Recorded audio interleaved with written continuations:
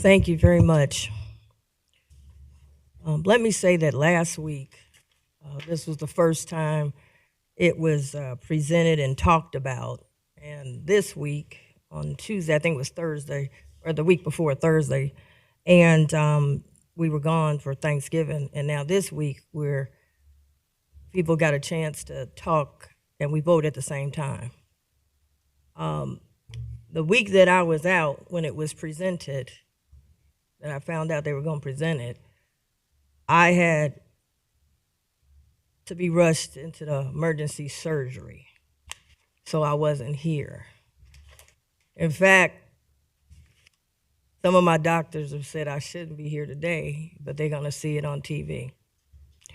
What made me come in today, because while I was in the hospital for over a week and had a situation that could have been fatal to my life, I had nurses that took care of me. On the TV tube, the news came on about property tax while I was there. And this particular individual had no idea my real identity in terms of what I do for a living. And they looked at the TV and said, wow, I can't afford it. I'm gonna lose my house these property taxes keep going up, up, and up. While I was there, hoping that I could be alive and go home and be with my family for Thanksgiving. Then I had to go and go get my blood drawn. And the gentleman that was drawing my blood said to me, Commissioner Reece, I hope you go down there and stand up for us. Man, I've had my house for 35 years, but now they're trying to take my house because I can't afford these property taxes, and I'm tired of hearing about all this stadium stuff. And he was mad at the original people that had put the stadium in and was one who had voted the person he thought responsible out. Now here he is with a needle getting ready to go in my hand. And I said, well, I'm going to see. The doctor said, I got to rest. I'm not supposed to get there. He said, man, I just hope you get there. Even if you lose the fight, can you please just stand up for us that are out here? With that being said, yes, please, thank you. You're welcome. With that being said, do you have anything else you need to give him? Yeah, you have anything else for Jeff? Does he have any? Okay. Okay. Well, can I finish because I can't stand up, unfortunately, and walk when other people are talking right now. So he asked me to come down here if I could make it, to stand up for him and so many others. Then I had a lady check my blood pressure. And she said, boy, these property taxes are killing me. We just can't afford to keep going up, up, up.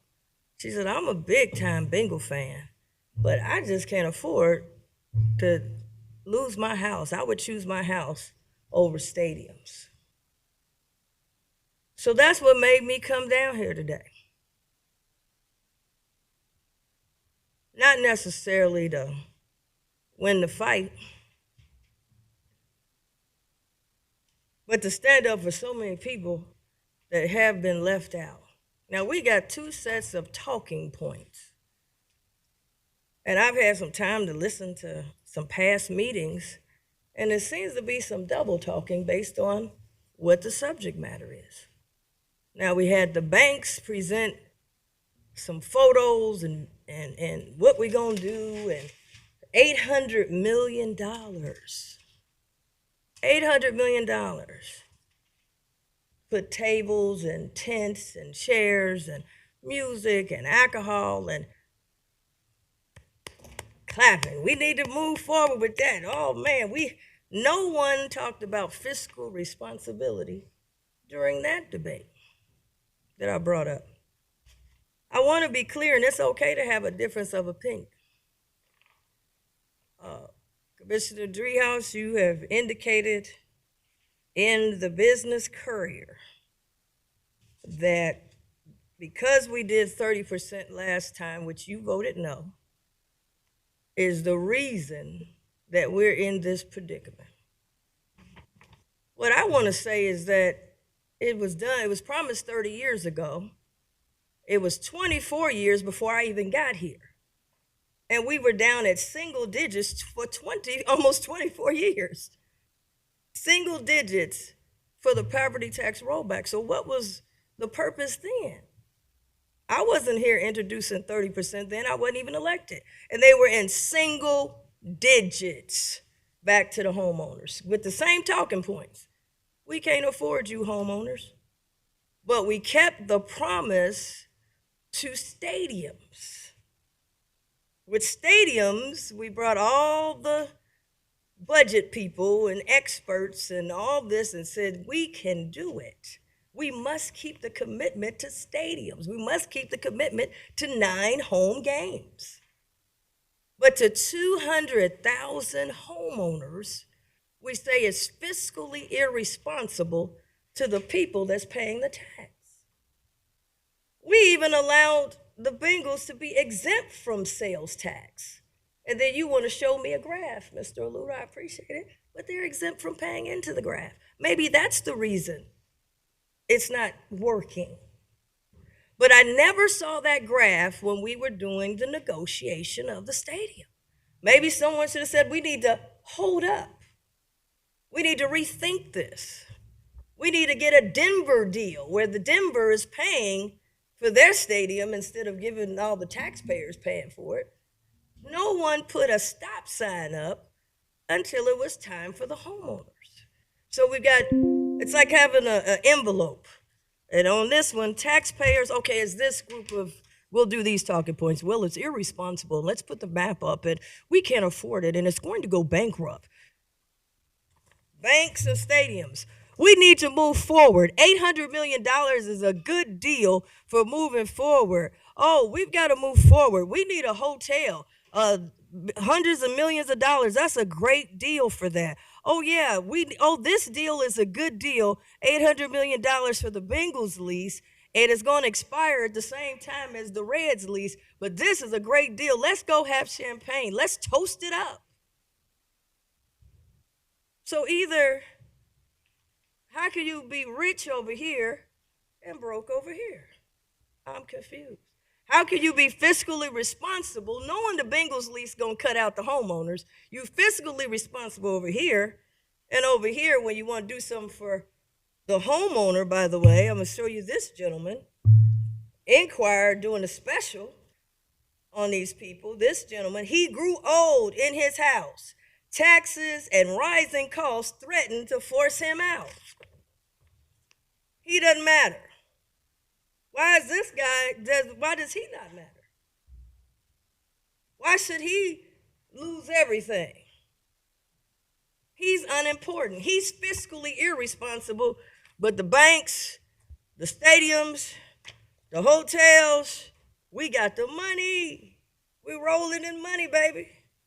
Over here to him, well, everything's going up. So too bad for this guy who worked his whole life, has a house, trying to hold on, 73 years old. His house is 135 years old. After a property value reappraisal in 2023, the value of Mr. Combs' house jumped from $27,120 to $181,260, a 500% increase. But he said he had watched one of the meetings. They said, well, the appraisal is not going to necessarily mean your taxes go up. So he said he didn't get too worried. But then he received the bill.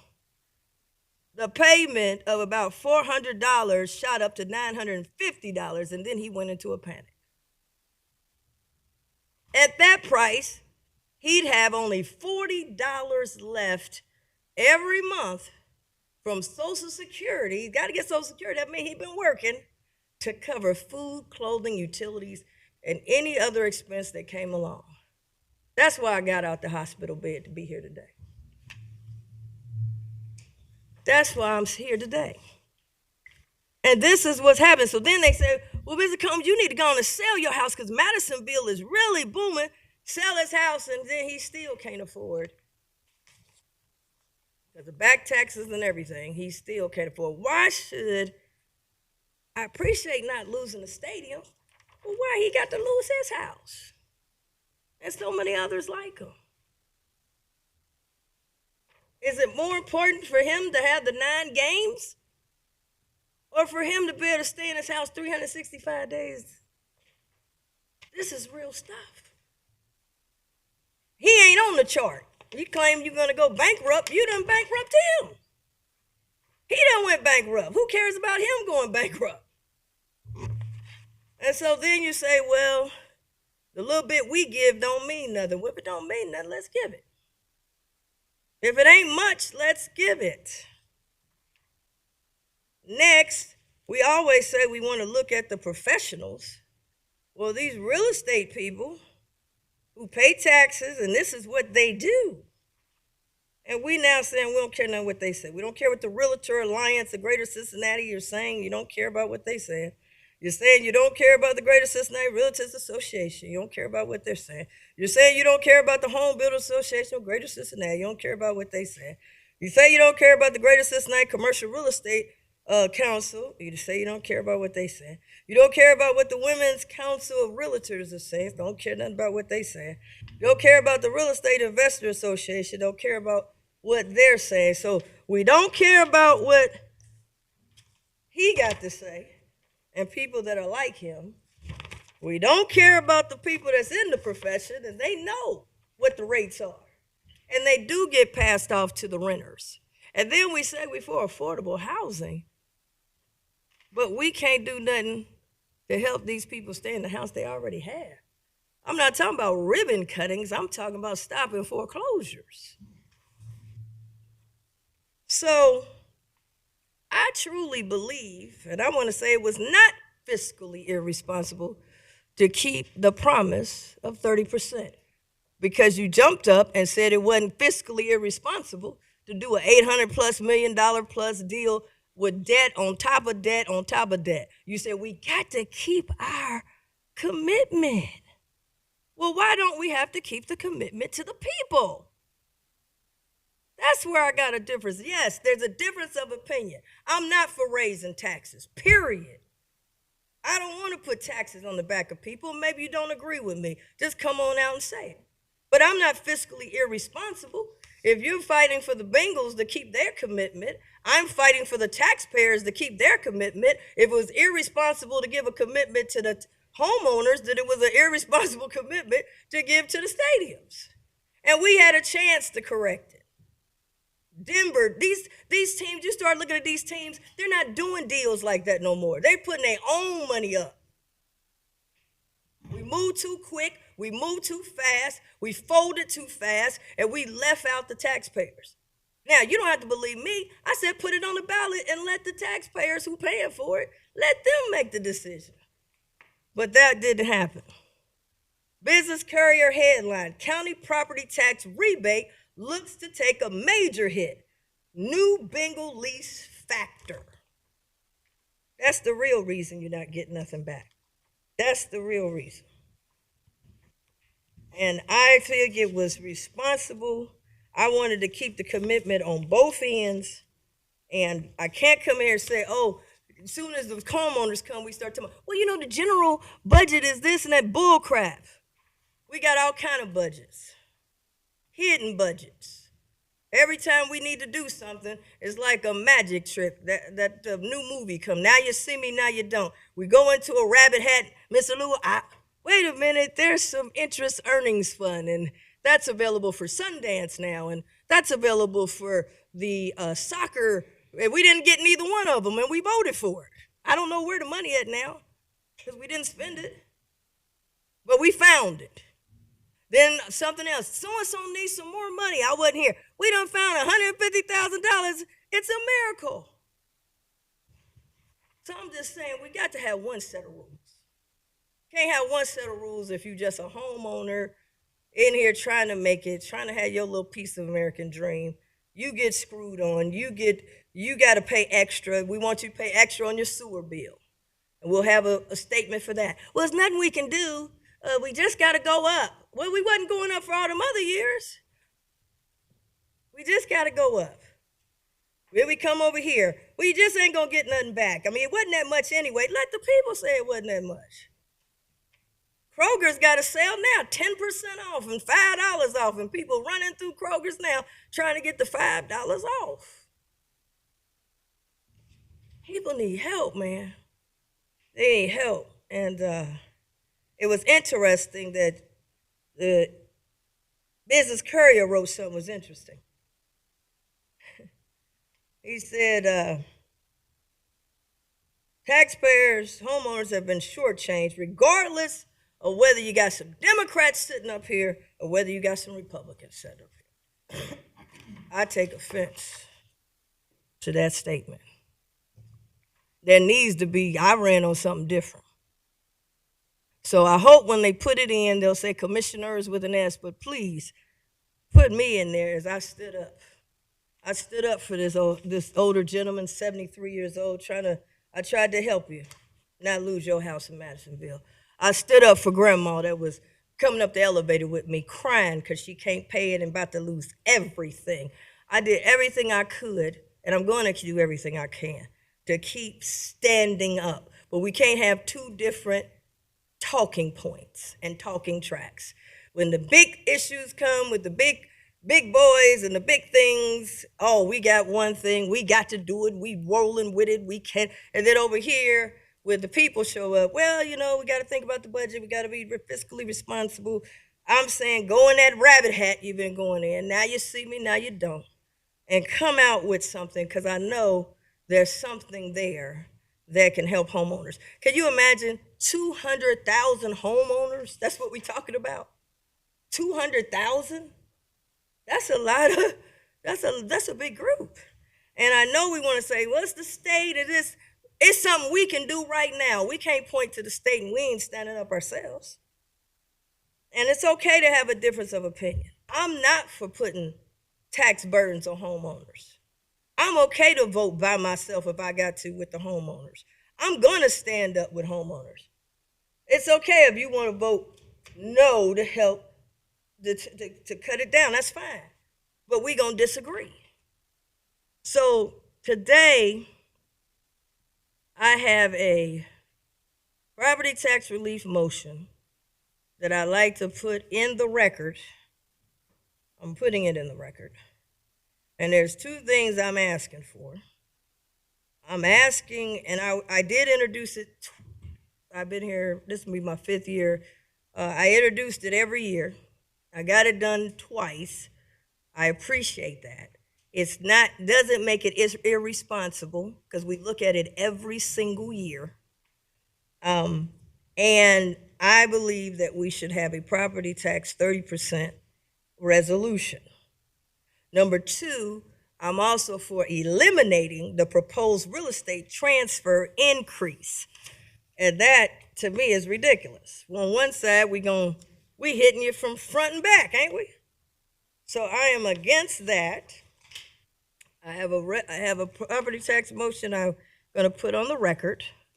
In addition to that, I also want to note, as we go into the budget for that property tax piece, I'm not for it. I mean, that real estate fee, I'm not for it. I will not support that. And I'm hoping that it is pulled out of the budget. I'm asking that the coalition letter be also entered into the record, official record. So I'll give that to the clerks to have that. And then last, but certainly not least, we do this every year. It's always at the last second. We get one presentation and then the next day we're voting. I am asking, so you don't say, oh, it's just Commissioner Reece, and somebody wrote something, oh, it's 2-1 up there. It's 218,000 votes. And then, of course, they've got hundreds of thousands of votes. What I'm starting today, so we can find out directly from the homeowners, the people that's paying the tax, how do they feel? It's not about what I feel. And so I'm starting a petition today, online petition, that if you're a homeowner, I want to hear from you. Do you want to pay? Do you think you should get 30%? Or are you okay with a single digit? Because it's your money. Do you want a real estate extra fee, or do you not want it? So we're going to hear now from the people. So we're not in this little room we're in right now. I'm starting a petition drive, so we won't have to deal with this. We'll be able to hear Mr. Ludo and others, to be able to hear what did the taxpayers of Hamilton County have to say. So we're putting a motion in. We're asking that we eliminate the real estate fee, and we're launching now, because we got to do this every year, a petition drive for homeowners of Hamilton County. What is it that you want? So that next time when we put a budget together, we can say, this is what the people want. So that's what I have, and I'm hopeful in the budget. I'll be fighting to get that out of the budget, but today is a sad day. As the gentleman said, we're balancing the budget on the backs of the homeowners, and we're blaming them by saying it's fiscally irresponsible to give them a break. And I think that's the wrong message. So thank you very much.